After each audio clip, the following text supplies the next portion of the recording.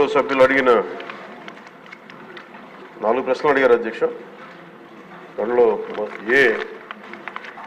14 మరియు 15 ఆర్థిక సంఘం నిధుల కింద 2019, 2020 నుండి 2023-24 వరకు కేంద్ర ప్రభుత్వం నుండి విడుదలైన మరియు గ్రామ పంచాయతీలకు విడుదల చేసిన మొత్తాల వివరాలను సంవత్సర వారీగా తెలియజేస్తారని. అధ్యక్ష, సంవత్సరాల వారీగా గ్రామ పంచాయతీలకు 14 మరియు 15 ఆర్థిక సంఘం ద్వారా 2019, 20 నుండి 23-24 వరకు విడుదలైన గ్రాంట్ వివరాలను ఈ విధంగా తెలియజేస్తున్నాం అధ్యక్ష. 14 ఆర్థిక సంఘం 2019-20 ఆర్థిక సంవత్సరంలో కేంద్ర ప్రభుత్వం ద్వారా విడుదలైన మొత్తం 2,336,56 అధ్యక్ష. ఆంధ్రప్రదేశ్ ప్రభుత్వం ద్వారా గ్రామ పంచాయతీలకు విడుదలైన మొత్తం 2,336,56 అధ్యక్ష. మొత్తం 14 ఆర్థిక సంఘం 5వ సంవత్సరానికి 2019-20కి 2,336,56 అధ్యక్ష. అదే ఆంధ్రప్రదేశ్ ప్రభుత్వం ద్వారా కూడా గ్రామ పంచాయతీలు విడుదలైన మొత్తం 2,336,56 అధ్యక్ష. 15వ ఆర్థిక సంఘంకి సంబంధించి 2020-21 ఆర్థిక సంవత్సరానికి కేంద్ర ప్రభుత్వం ద్వారా విడుదలైన మొత్తం 1,837,50,00,000 అధ్యక్ష. ఆంధ్రప్రదేశ్ ప్రభుత్వం ద్వారా గ్రామ పంచాయతీలు విడుదలైన మొత్తం 1,837,50,00,000 అధ్యక్ష. 2021-22కి 1,338,52,00,000 అధ్యక్ష. ఆంధ్రప్రదేశ్ ప్రభుత్వం ద్వారా గ్రామ పంచాయతీలు విడుదలైన మొత్తం 1,338,52,00,000 అధ్యక్ష. 22-23 ఆర్థిక సంవత్సరానికి 1,378,65,00,000 అధ్యక్ష కేంద్ర ప్రభుత్వం నుంచి వచ్చింది. ఆంధ్రప్రదేశ్ ప్రభుత్వం ద్వారా గ్రామ పంచాయతీలు విడుదలైన మొత్తం 1,378,65,00,000 అధ్యక్ష. 23-24 ఆర్థిక సంవత్సరానికి సంబంధించి కేంద్ర ప్రభుత్వం ద్వారా విడుదలైన మొత్తం 1,392,69,00,000 అధ్యక్ష. ఆంధ్రప్రదేశ్ ప్రభుత్వం ద్వారా గ్రామ పంచాయతీలు విడుదలైన మొత్తం 696,41,00,000 అధ్యక్ష. మొత్తం 15 ఆర్థిక సంవత్సరానికి సంబంధించి మొత్తం 15 ఆర్థిక సంఘం 5,947,36,00,000 విడుదల చేసింది అధ్యక్ష. ఆంధ్రప్రదేశ్ ప్రభుత్వం ద్వారా గ్రామ పంచాయతీలకి విడుదలైన మొత్తం 5,251,8,00,000 అధ్యక్ష. ఈ 14 మరియు 15 ఆర్థిక సంఘం వెరసి మొత్తం 8,283,92,00,000 విడుదల చేశారు అధ్యక్ష.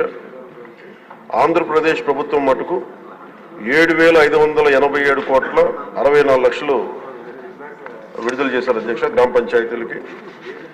కేంద్ర ప్రభుత్వం ద్వారా విడుదలైన మొత్తంలో ఇంకా 696,28,28,00,000 ఆంధ్రప్రదేశ్ ప్రభుత్వం ద్వారా గ్రామ పంచాయతీలకి ఇంకా విడుదల కావాల్సింది అధ్యక్ష. ఈ రెండో ప్రశ్నకు అధ్యక్ష, నిధుల నిలిపివేత కారణంగా గ్రామ పంచాయతీలకు ఎదుర్కొంటున్న ఇబ్బందుల విషయాన్ని ప్రభుత్వం గుర్తించిందని గౌరవ సభ్యులు అడిగారు అధ్యక్ష.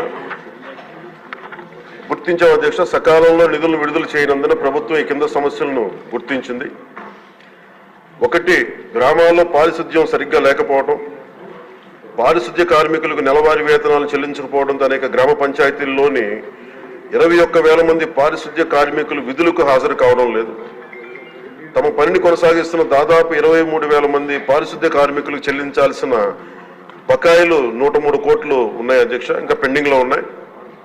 తగినంత మంచి పారిశుద్ధ్య కార్మికులు లేనందువల్ల గ్రామాల్లో చెత్త కుప్పలుగా పెరిగిపోయి ఆరోగ్యానికి హాని కలిగిస్తూ ఉంది.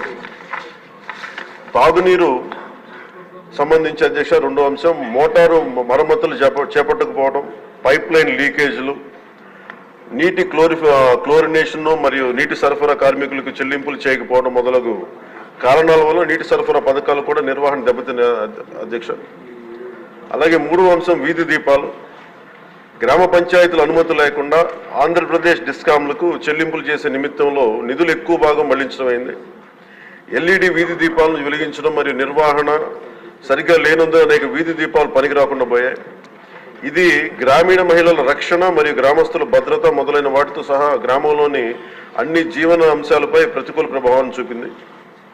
ఇంకా గ్రామ పంచాయతీలకు ఆర్థిక కమిషన్ గ్రాంట్లు నిలిపివేయడం వలన పేలవమైన పారిశుద్ధ్యం, అపరిశుభ్ర తాగునీరు మరియు పనిచేయని విద్యుత్ దీపాల కారణంగా మన రాష్ట్ర జనాభాలో 71% ఉన్న 3,54,00,000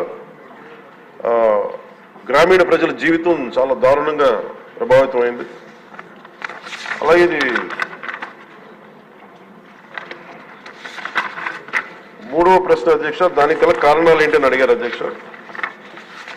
గ్రామ పంచాయతీలకు సకాలంలో నిధులు విడుదల చేయకపోవడానికి గల కారణాలను ఈ కింద విధంగా గుర్తించడం జరిగింది అధ్యక్ష.